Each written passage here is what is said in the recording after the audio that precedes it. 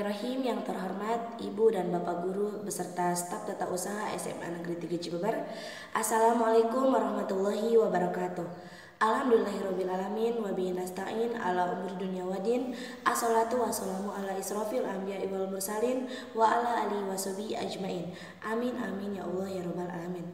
Pertama-tama dan yang paling utama, marilah kita panjatkan puji dan syukur kehadirat Sang Maha Pencipta alam semesta, yakni Allah Subhanahu wa Ta'ala, yang telah memberikan kita nikmat sehat serta nikmat umur sehingga kita masih bisa bernafas dan hidup sampai sekarang ini.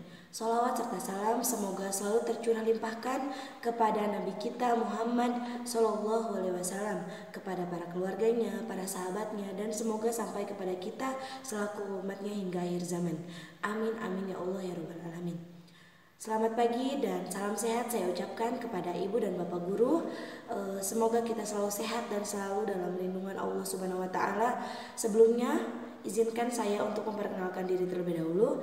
Perkenalkan, nama saya Rita Sunawati dari kelas 12 MIA 1. Di sini saya akan menuntaskan ujian praktek bahasa Indonesia, yaitu membawakan pidato yang berjudul Siswa Mandiri Peduli Pandemi. Seperti yang sudah kita ketahui, sudah hampir 1 tahun kita hidup berdampingan dengan pandemi COVID-19. Meskipun terkadang kita memang sudah merasa bosan dengan pemberitaan-pemberitaan yang sangat luar biasa tentang dampak pandemi ini, seperti kasus COVID yang semakin meningkat, angka kematian yang semakin tinggi, hingga tim-tim Satgas yang sudah mulai merasa kelelahan untuk menangani pasien-pasien COVID ini. Sepatutnya kita perlu merasa banyak bersyukur dan berterima kasih kepada tim-tim medis kita, karena mereka yang telah berjuang mengorbankan waktu, tenaga, hingga nyawa mereka demi untuk menyelamatkan dan menjaga kesehatan warga masyarakat Indonesia. Tidak hanya itu, mereka pun rela berjauhan dengan anak, istri, suami, dan keluarga mereka hanya untuk menyelamatkan kehidupan.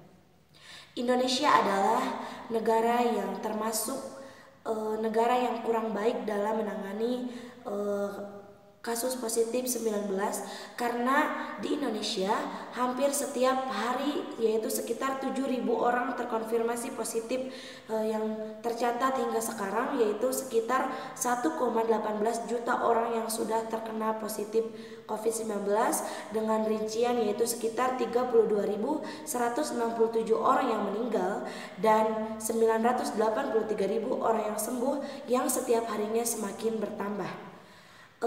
Sekarang ini tidak hanya di kota-kota besar saja positif COVID-19 ini sudah merembak juga ke beberapa pelosok desa, yang pusat penyebarannya tidak hanya di luar rumah saja. Namun meskipun kita tinggal di rumah saja, sudah mematuhi protokol kesehatan, tapi masih bisa terpapar oleh virus tersebut, dikarenakan beberapa faktor seperti iklim dan cuaca di Indonesia yang sekarang ini sangat berubah-ubah, tidak menentu.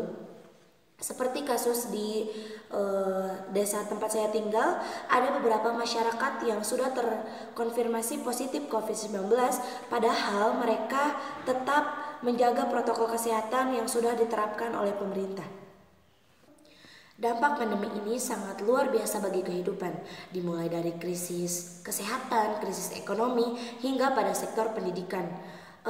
Pemerintah pendidikan Indonesia telah menerapkan sistem BDR atau belajar dari rumah setelah merebaknya virus COVID-19 ini, yang tentunya sangat berbeda sekali dengan pembelajaran tatap muka seperti biasanya. Nah, kita sebagai siswa sangat dituntut untuk bisa menjadi pelajar mandiri, karena kita harus bisa paham dan mengerti tentang pelajaran yang disampaikan tanpa dijelaskan oleh guru tersebut. Meskipun banyak sekali siswa yang tidak bisa mengkondisikan dirinya untuk ikut terus belajar, sepatutnya kita tidak boleh mengeluh dan tidak boleh patah semangat seperti itu. Kita harus bisa mengkondisikan diri kita dalam kondisi situasi seperti ini. Selain harus mengkondisikan diri kita untuk terus tetap belajar, kita juga harus ikut serta dalam pemutusan rantai COVID-19, yaitu dengan cara apa? Dengan cara yang pertama, pastikan diri kita harus sehat terlebih dahulu dan tidak terpapar COVID-19 serta mematuhi protokol kesehatan. Dan kedua, sebarkan berbagai macam wawasan dan hal positif yang berkaitan dengan pandemi. Yang ketiga, kita juga bisa ikut berdonasi untuk para tim-tim Satgas melalui via online yang sudah terpercaya. Dan yang keempat, hindari nongkrong-nongkrong tidak jelas dan biasakan diri untuk tidak berpergian keluar rumah ketika tidak ada hal yang penting. Dan yang terakhir yaitu kita juga bisa langsung ikut serta ke lapangan bersama tim-tim Satgas desa masing-masing menjadi relawan COVID-19. Sebenarnya banyak sekali hal yang dapat kita lakukan sebagai siswa untuk ikut serta dalam menanggulangi pandemi ini. Oleh karena itu, marilah kita bahu-membahu untuk memutus mata rantai COVID-19 ini. Tetap patuhi protokol kesehatan, menjaga jarak, memakai masker, mencuci tangan memakai sabun, membatasi mobilitas diri kita, dan selalu mengkonsumsi makanan yang sehat agar imunitas tubuh kita tetap stabil dan tidak terpapar oleh COVID-19. Demikian pidato yang dapat saya sampaikan. Mohon maaf apabila masih banyak sekali kekurangan. Wabillahi taufiq wal hidayah. Wassalamualaikum warahmatullahi wabarakatuh.